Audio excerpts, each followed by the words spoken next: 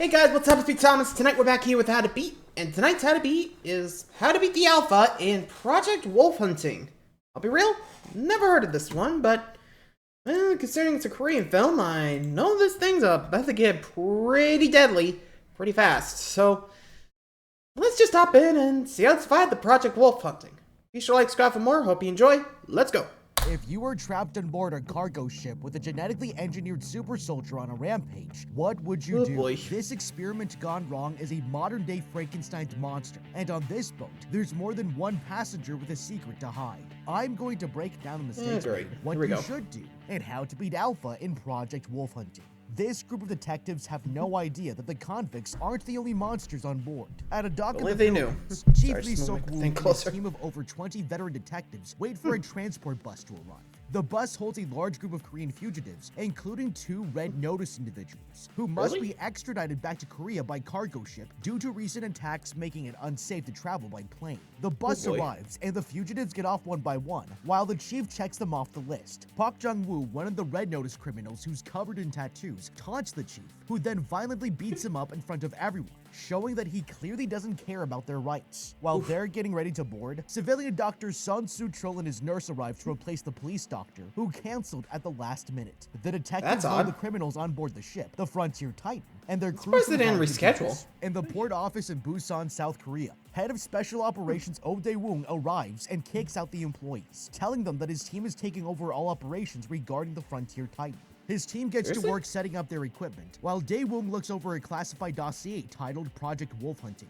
Back on the boat, the detectives load the fugitives into their cells and cuff them to pipes attached to the walls. They read them their arrest warrants and their rights under South Korean law. The 2 female fugitives are taken to a separate room by 2 female detectives and restrained in the same fashion. Chief Sok-woo prepares the fugitives for the trip and warns them that there's no place to escape. He instructs the rest of the detectives to watch them in shifts and never let anyone out of their sight. Later in the kitchen, the detectives prepare the night's meals for the fugitives. The chief heads to bed for the night, and the ship leaves port. While the nurse loads blood bags into the fridge, Dr. Sun steals syringes and other medical Why? supplies and stashes them in a paper bag. He gets on the elevator, making sure he isn't watched. On his way down, he looks over blueprints of the ship. He arrives in the maintenance area and sneaks his way around the employees working there until he comes to a door with a big red button. He presses it twice and the door opens to let him in. He walks deeper into the engine room until he runs into a shady-looking man who's not dressed like an employee. They walk over to a workstation where a mysterious body in a prison jumpsuit lies strapped down by rebar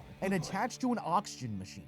The doctor removes the mask, noticing that the body's eyes are stapled shut and its mouth is full of maggots. Dr. Sun doesn't know it yet, but he's looking at Alpha, a genetically engineered zombie super soldier secretly being transported on board the ship by pharmaceutical company Aeon Genetics. He's freaked out, but he injects the body with anesthesia and places the mask back on. Upstairs, Jong-do spits out a lockpick that he's been hiding in his mouth and begins working to free himself from his cuffs. In a few moments, he breaks out of his cuffs and throws the tool to his cellmate. Meanwhile, a group of criminals who are Oh, pretending crap. to be maintenance men meet up in the hallway and let themselves into a locked room where they pry open a crate full of weapons and tactical gear. They exit cash, the room, too. and a group of detectives on break notice their guns. Suddenly, the hijackers violently attack these men and kill them all. They hide the bodies in the kitchen freezer and then go for the bridge. The hijackers burst onto the bridge and shoot the captain and most of the crew, leaving only 2 alive to steer the ship. That makes 1 victim down with 13 more to go. They cut the wires for the ship's tracking equipment and destroy the emergency phone so that the crew won't be able to call for help. Jung-doo's cellmate gets himself free, crap. but knocks his cuffs against the pipe, making a loud noise that alerts one of the cops. The detective comes to see what's going on,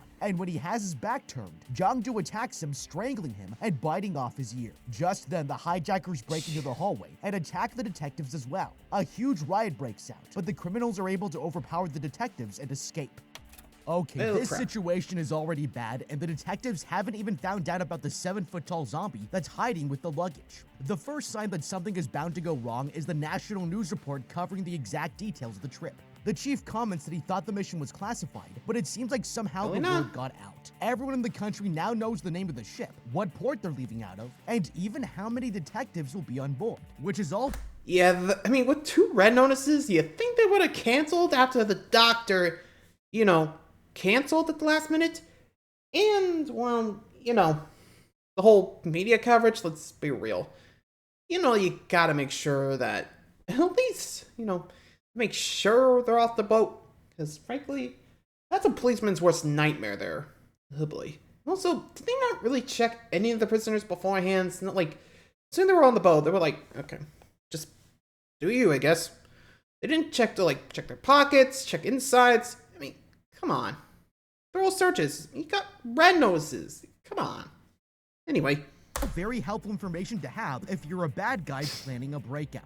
After the attacks on the last extradition trip, I would be very careful to keep the details of our mission a secret. But it seems like someone hasn't heard that loose lips sink ships. The report mentions that there will be 2 particularly dangerous Red Notice fugitives on board. But what exactly does this mean? The International Criminal Police Organization, commonly known as Interpol, is an international organization that connects police forces around the world and offers them support in fighting crime. A Red Notice is an alert sent to all Interpol member countries for the arrest of a particular fugitive. It contains information to help identify the wanted person, such as their physical description, name, and birthday, as well as information about the crime they are wanted for. Most Red Notice criminals are wanted for violent crimes, human trafficking, or crimes against children. So if a criminal commits a crime in South Korea but then flees the country, South Korean authorities can request that Interpol issue a Red Notice, and the criminal be arrested if caught by police in any member country and extradited back to South Korea to stand a trial. Many criminals see being moved as a perfect time to make their escape, so security during transportation is taken extremely seriously. Officers are specifically trained to look out for convicts smuggling small objects like paper clips, which can be used to pick the locks of handcuffs, exactly how Jong-do ends up getting out of his. If you're paying attention when the chief and Jong-do have their friendly reunion, it looks like his upper lip is sitting weirdly high on his teeth, totally giving away the fact that he's hiding something in his mouth. Maybe if the chief had spent more time searching the convicts and less time committing acts of police brutality, he could have stopped this hijacking before it ever began. Also,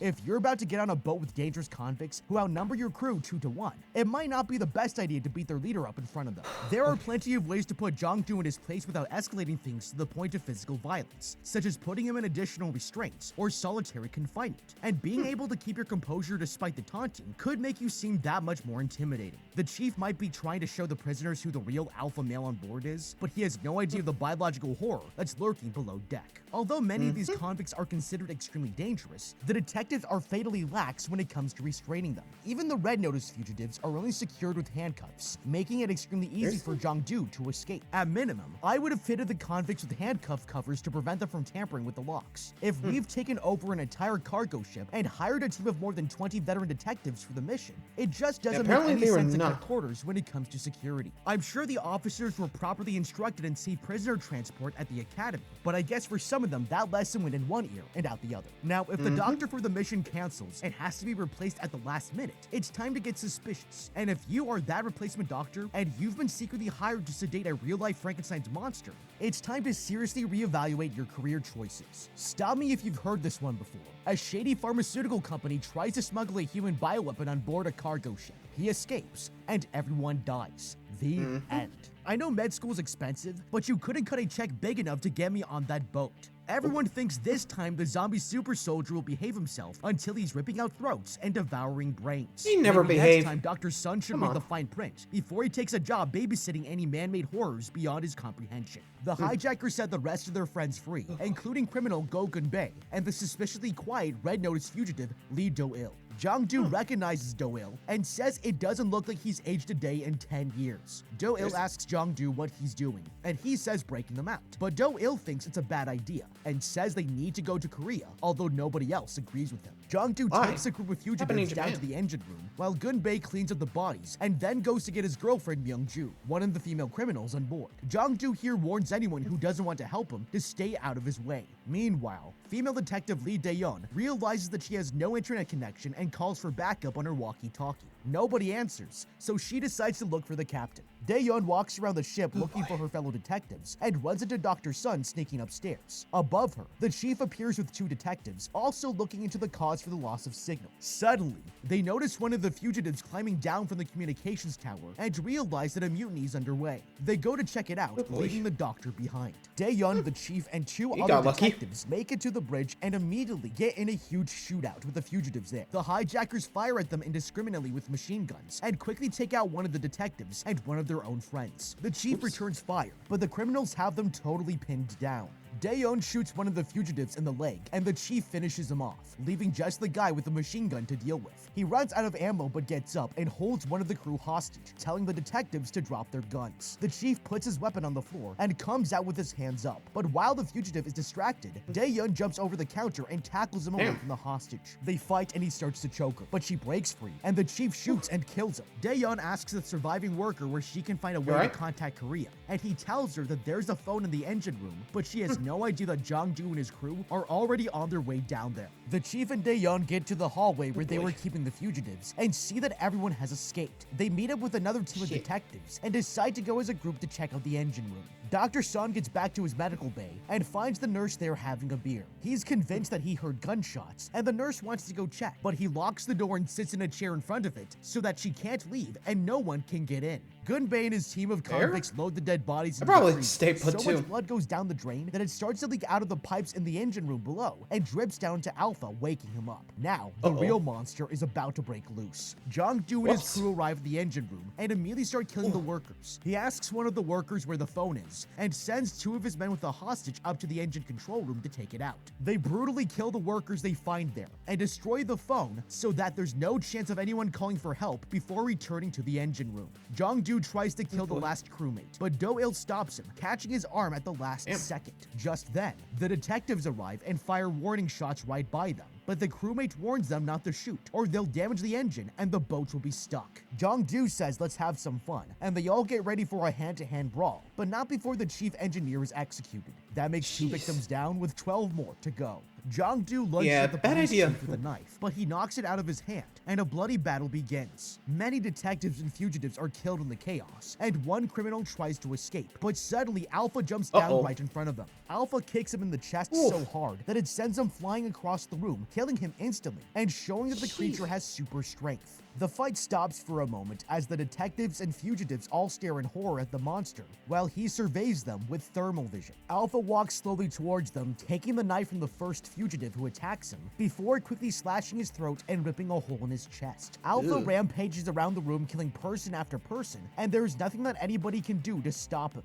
One fugitive tries to run, but Alpha chases him down and rips open the back of his head. Jong-do and his crew see this as their moment to escape. He fires at Alpha with a machine gun from upstairs, but misses every shot, only succeeding to get his attention. Alpha bounds up the stairs to them in just a few steps and takes out Jong-do's last 2 friends. Jong-do fires at Alpha with his machine gun and hits him a few times, but Alpha's totally unfazed. Jong-do realizes that he's doomed, and Alpha slowly walks towards him, dragging a sledgehammer along the ground. Alpha strikes him in the side, knocking him into the engine equipment, and then pummels him in the head over and over again with the sledgehammer, all without saying a word. And that's one red list down with 11 more to go. The blood from Jong-do's body shorts out the engine, and the cargo ship stops dead in the water.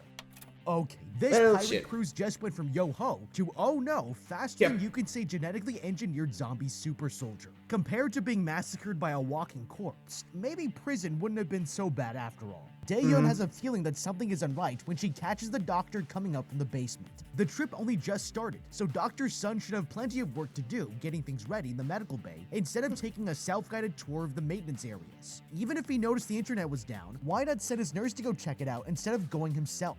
That way, he would be at his post in case of any medical emergencies. Dr. Sun is suspicious, and I would have had a lot more questions for him if it wasn't for the ongoing mutiny demanding more immediate attention. Before they know it. Yeah, honestly, if I saw Alpha, the zombie, I would have been like, okay, just hide, but honestly, I don't think I would attack him because attacking is the worst thing. Seriously, stay quiet. Don't draw attention to yourself. Probably would have done better. Anyway.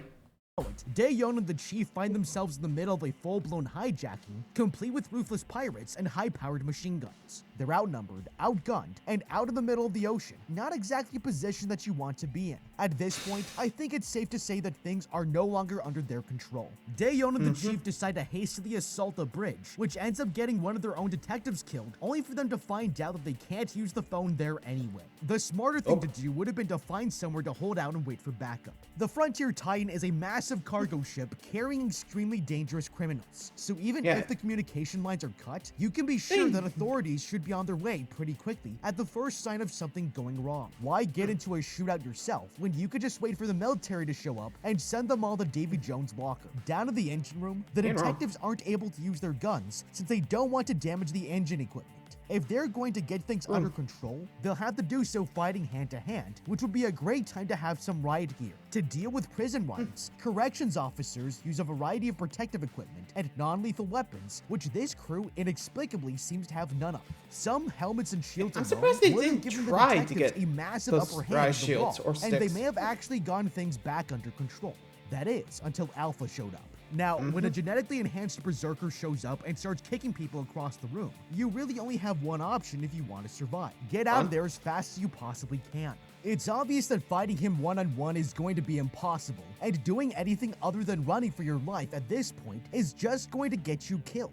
Jong-do must have had a pretty big head to think he could take on Alpha and win, but something tells me that he won't be having that problem anymore. The lights go out, and Daeyeon, the chief, and Do-il try to collect their thoughts. Suddenly, Alpha grabs the chief just as the lights turn back on. Do-il picks up a knife and lunges at Alpha, causing him to drop the chief. As Do-il slices at Alpha, he notices a POW patch sewn to his chest. While Alpha is distracted, Daeyeon grabs the injured chief and makes a run.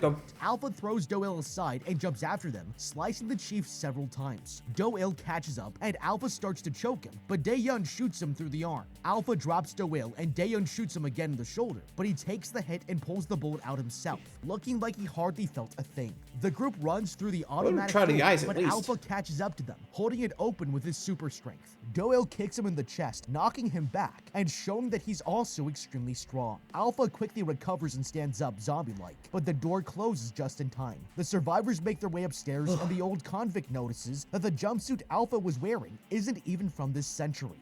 At the control center in Korea, the special ops team finally gets pictures of the ship for the first time since they lost communications. The special ops chief can tell from the pictures that the ship was hijacked. He gets a call from his boss saying that he needs to take a nearby helicopter and go get Alpha himself immediately. The man is furious and punches a hole in a nearby electrical panel, showing that he has super strength as well. Back on the ship, two of the crewmates try to escape in the lifeboat, but suddenly a dead body falls down right in front of this guy. Alpha jumps out and violently kills them both. In the infirmary, the nurse hears a noise outside and looks out of the window to investigate. She notices that the lifeboat is unlatched and blowing around in the storm. Suddenly, Alpha busts his hand through the glass and rips out her throat, killing her. That makes 4 victims down, 10 more to go. He peers in at the doctor upside down, and the doctor panics and runs for his life, sprinting down the hallway and right into Daeyeon and Do-il. The chief grabs him and asks him what's going on. And that's when Dr. Sun reveals that he was hired by pharmaceutical company Aeon Genetics to inject Alpha with an anesthetic every 6 hours. Dr. Sun says that the people in the basement will know more, and that they can also get medical supplies down there for the hurt old man. The chief sends Daeyeon down to the basement with the rest of the group, while he goes alone to check for any other survivors.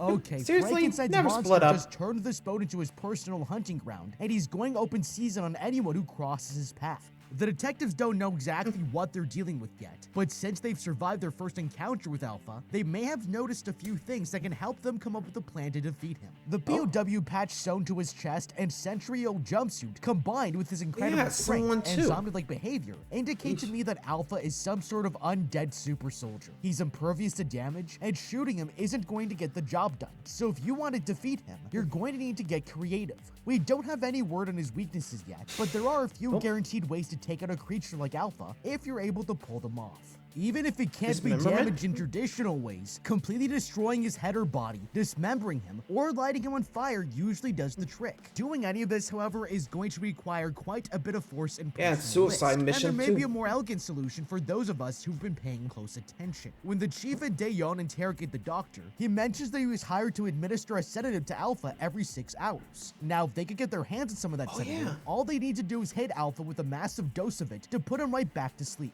It wouldn't be easy, but using teamwork, you might be able to lure Alpha into a trap and then nail him with some sleep juice. Once he's down, you can decide if you want to turn him back over to his shady pharmaceutical company handlers, or finally lay this demon to rest for the good of society. Dr. Sun leads the group dismember him before, and when they get there, they see that the door is open. They sneak in cautiously and find the dead bodies of the 2 shady workers violently killed by Alpha when he woke up. Dr. Sun prepares some medical supplies and starts to help the old man with his wounds. Daeyeon asks Do-il if he needs any help, but he seems fine, even though he was definitely hurt in the fight with Alpha. Looking around the lab, Daeyeon finds classified documents written in Japanese that contain information about Alpha. It says that he was forced into the Japanese army in 1943 and lost his arm in battle. He became a test subject for a top-secret military project and earned a AA distinction in the human weapon category. Dr. Sun finds a laptop that reveals even more. He reads that Alpha's extreme violence is a side effect of genetic hybridization and PTSD from exposure to constant, overwhelming pain. Alpha reacts to threatening movement and changes in his target's temperature. It has several genetic traits of a wolf, including extreme sensitivity to sound, a heightened sense of smell, and the strength of 5 adult men. He says that Alpha's cells don't show any signs associated with biological aging, which is why Aeon Pharmaceuticals plans to use him in their anti-aging science. Meanwhile, Gunbei goes to get his girlfriend Myungju. As they're getting ready to leave, the two fugitives standing guard outside of the room notice the heavy steel door at the end of the hall start to shake.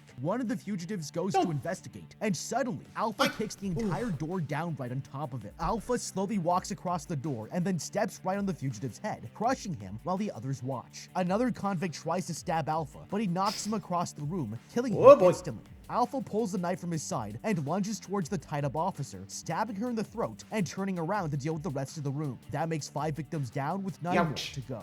One of the fugitives fires his gun at Alpha, while Gunbei and Myungju escape, but Alpha cuts his legs off at the knees with one swift slice. Alpha leaps out into the hallway and grabs the other female fugitive, slamming her against the wall and pinning her up with a knife Michael Myers style.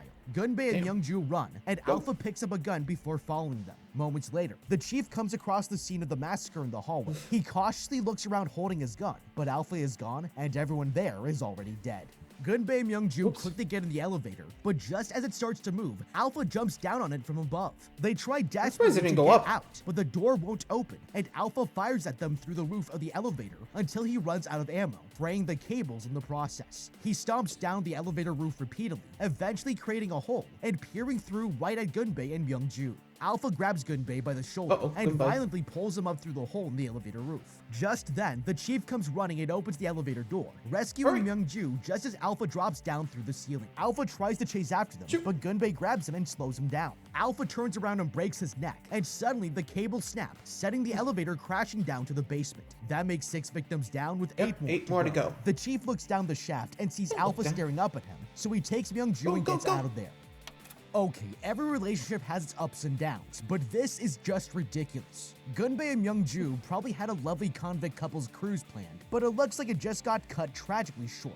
Now that Daeyeon has found Alpha's secret files, she's armed with a lot more knowledge that will come in handy during their next fight. Alpha here is technically a genetically engineered zombie super soldier from the Second World War. His genes are spliced with those of a wolf to give him a heightened sense of hearing and smell, as well as superhuman strength and agility. He's also impervious to damage, can detect threatening movements, and sees in thermal vision like the Predator. So yeah, not a guy you want coming after you, but what's the science behind this? It may sound like pure science fiction, but pharmaceutical companies have actually been splicing human and animal DNA to create genetically modified life forms for many years already, and that's just what they'll tell us. While they aren't creating half-human, half-wolf super soldiers yet, scientists have used mice spliced with human DNA to study our immune system, and even experiment with injecting human cells into pig embryos in the hopes of one day growing human organs for transplant. Militaries around the world have been experimenting with gene editing technology to enhance the capabilities of their soldiers, although the technology is still in its early days. The United States military has invested millions of dollars in developing software that can be directly uploaded to the human brain, heightening the soldiers' senses and making them resistant to blindness and paralysis. Military scientists have long wanted to explore the possibilities of editing the genes of their adult soldiers, but with current technology, it is much easier to alter genes in an embryo, although the practice is considered unethical. CRISPR technology involves using a specific sequence of genes to target and remove other sequences of genes, thereby removing undesirable traits or even possibly adding desirable ones. This technology does exist today, and if Aeon Genetics had made significant advancements, it's not impossible for a creation such as Alpha to exist. In terms of his powers, being genetic... Yeah, honestly, all I'm hearing is good hearing, great smell, so either mask your scent, so good luck, or hope you got something that can really give him a headache. Still, if I saw him, I'd just been like, well, just make sure I don't get hit and run. Anyway, moving along. Genetically spliced with wolf DNA would give Alpha many significant advantages in a fight. Wolves are extremely fast and agile, capable of running at speeds of nearly 40 miles per hour, and some larger breeds of dogs can easily surpass a human in strength. While wolves can't see in infrared, they do possess specially evolved sight that allows them to see in low-light conditions and perceive movements more easily. The tip of a wolf's nose is covered in nerve endings that can sense heat sources, allowing them to hunt in low visibility, and this could explain Alpha's ability to see in thermal vision. So, now that we understand a bit about Alpha, how do we fight back and get out of here alive?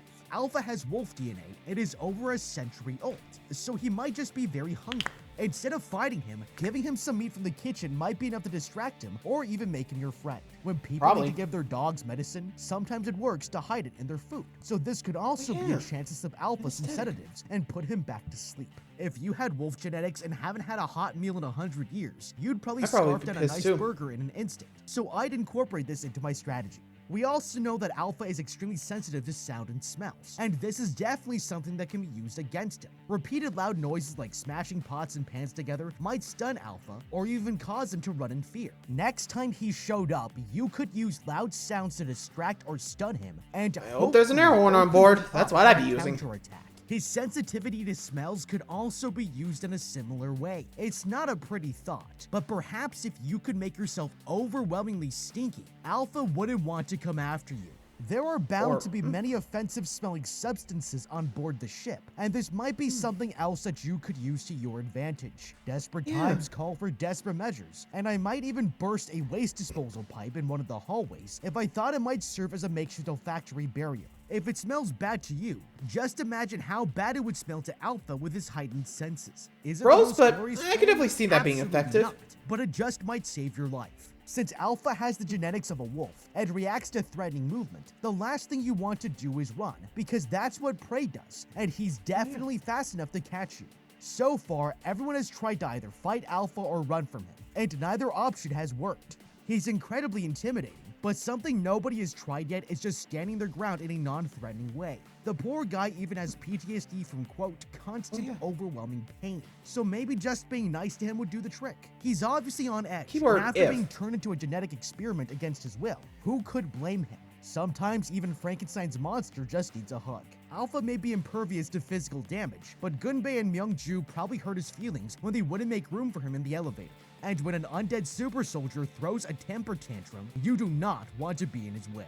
The chief and Myungju run to the kitchen and lock themselves in, opening the freezer and finding all of the dead bodies of the crew. They hear a noise behind them, and the chief puts Myungju in the freezer, telling her to hide and stay quiet. The chief walks around the kitchen with his gun drawn, looking for the source of the noise, when suddenly Alpha kicks the door down. The chief fires at him, but Alpha agilely leaps over the counter and punches him in the chest. He grabs the chief and throws him across the room, toying with him. The chief grabs a knife and stabs Alpha in the arm. Alpha knocks the knife away, but the chief dodges his punch again and chomps into Alpha's arm with his teeth. The super soldier bashes him several times on the head, but the chief is able to hold on just long enough to completely bite Alpha's arm off at the elbow. Alpha looks at him for a moment, stunned but otherwise unhurt, and then kicks the chief in the head, breaking his neck.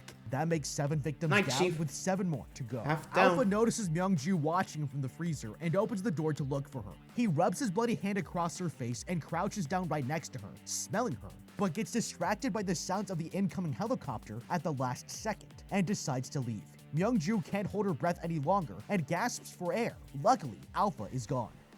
Okay, he put up one hell of a fight, but I think it's safe to say that in the end, the chief bit off a little more than he could chew. Taking on Alpha in the kitchen actually presents a number of opportunities to get one over on him, and if the chief had thought just a bit more creatively, he might have been able to make it out alive.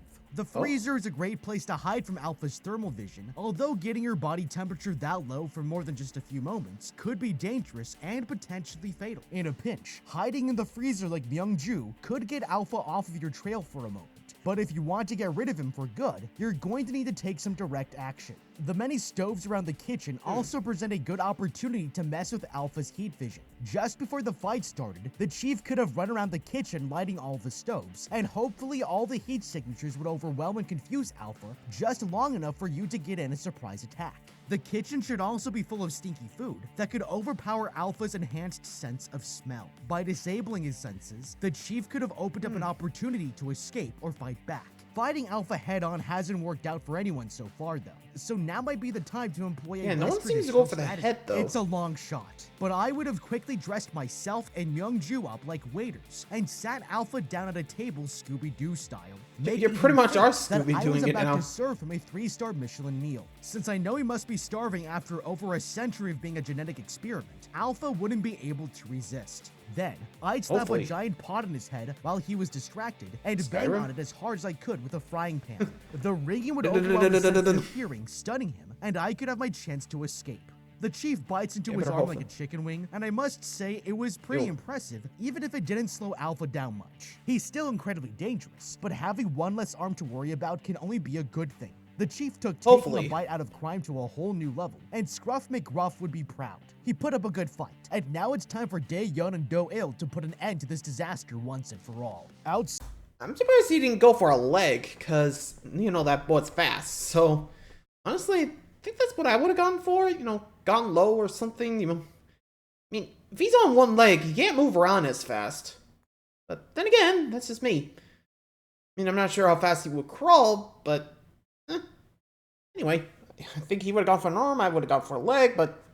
Anyway. Outside in the storm, a helicopter carrying Dae-woong and several special ops agents arrives. They all put on masks and inject themselves with a serum that causes their left eye to turn white with some sort of interface. Dr. Sun and the old man hear the helicopter roar and run for it, thinking it must be them to rescue them. Inside the ship, Myung-ju runs right into the heavily armed special forces team led by Dae-woong. She's relieved, thinking they're there to save her, but Dae-woong casually shoots her in the head. That makes 8 victims down with 6 more to go. Just then, Dr. Sun, the old man, Do-il, and Dae-yeon run around the corner, and she draws her gun on Dae-woong, but he quickly shoots her 3 times in the chest, killing her. That makes 9 victims down. And that with goes 5 to more detectives. go. Dae-woong points his gun at Do-il, but that's when Do-il lunges towards them and instantly takes out several special agents with just his bare hands, giving Dr. Sun and the old man a chance to escape. Outside, Dr. Sun and the old man try to hijack the helicopter, but the pilot opens fire, and all 3 of them are shot and killed. That makes 11 victims down, with 3 more to go. Now for the Dae-woong super recognizes soldiers. Do-il as a former criminal who was killed and then brought back to life using Aeon Genetics experimental injection. Do-il escaped from the pharmaceutical company, forcing Dae-woong to track him down and kill his family, including his infant child. Dae-woong realizes that Do-il was the one who got Alpha on board this specific ship, so that he could track him to Korea and eventually find the leaders of the company for his revenge. Do-il wants to know why they did this to him, but Dae-woong says that he should just be grateful for the gifts he was given. Suddenly, Alpha appears at the end of the hallway and brutally kills a special ops agent. Dae-woong orders his men to shoot Alpha, saying that all he needs is the head, but Alpha pulls a massive door off its hinges and charges them using it as a shield. Dae-woong stands by and watches as Do-il and Alpha rip his entire squad to shreds. With his team down, Dae-woong laughs and kicks Alpha in the chest, sending him sliding down the hallway, and Alpha realizes that Dae-woong is super strong too. Alpha attacks Dae-woong, but he grabs him with one hand, lifting him into the air with ease, and throws him through a window into the next room. Dae-woong grabs a massive combat knife and stomps down on Alpha's back, breaking his spine. He then takes the knife and severs Alpha's ankle before holding up his head and slicing his throat. Dae-woong looks at Do-il and says now that Alpha is dead, he'll just have to bring him in instead. He's not done that yet. makes 12 victims down, with 2 more to go. Okay, I thought Alpha was the top dog, but Dae-woong makes him look like nothing but a sick puppy. Do-il's the only survivor, and he's secretly been out for revenge all along. Myung-ju should know that you never, and I mean never, run towards a military helicopter after you've been directly involved in an escape attempt by a top-secret biological weapon. Military you know units you're never gonna make it out respond to alive. These types of situations always shoot first and ask questions later, so running Probably straight never. to them is only going to get you killed. In fact, I would have run in the opposite direction and taken my chances hiding from Alpha instead of looking for help from Dae-woong and his crew. The first armed people to arrive will always be employees of the corrupt organization with orders to destroy any evidence and witnesses to cover up the event. Trust me, in a situation like this, you don't want to come out until the news cameras get there. Otherwise, you'll end up like Myung-ju. Alpha might be done for, but now Do-il has to deal with an even worse enemy. Dae-woong is clearly incredibly powerful, and taking him on in a one-on-one fight will be totally impossible for anyone who isn't a genetically enhanced super soldier.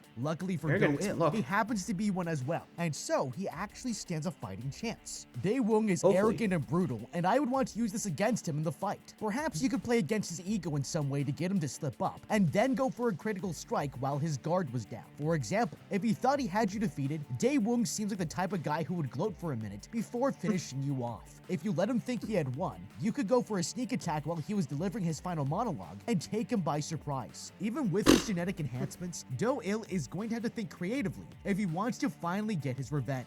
Dae-woong lunges at Do-il and the two of them get into an epic knife fight. They seem evenly matched at first, and Do-il tackles him through a door, causing them both to fall out onto the ship's deck. Do-il trips and Dae-woong jumps on top of him, stabbing him in the cheek and telling him to come quietly or he'll kill him. Do-il knocks him off and they grab each other, holding each other's arms back with knives in hand. Dae-woong taunts Do-il, saying that his child cried when he killed them, and Do-il throws him off in a rage. Do-il lands several critical stabs on Dae-woong, and he falls to his knees. But when Do-il lunges for the kill, Dae-woong stabs him in the gut. Do-il kicks him in the face, sending him flying overboard, and jumps out after him into the black ocean waves below. That makes 13 victims down, with only one survivor left. The next morning, Do-il walks ashore onto a trash-strewn beach. He wades out of the water exhausted, but still alive. He's managed to escape, and now his quest for revenge can continue. But what do you think? Yeah, basically, think a Korean version of Resident Evil. This is pretty much it. Do-il, the super soldier, looking for revenge, is the sole survivor. You kind of feel bad for these people. They thought they were the stars, but nope, they just got all killed off. Ouch. That's gotta suck. Anyway, hope you enjoyed. Till next time, see ya.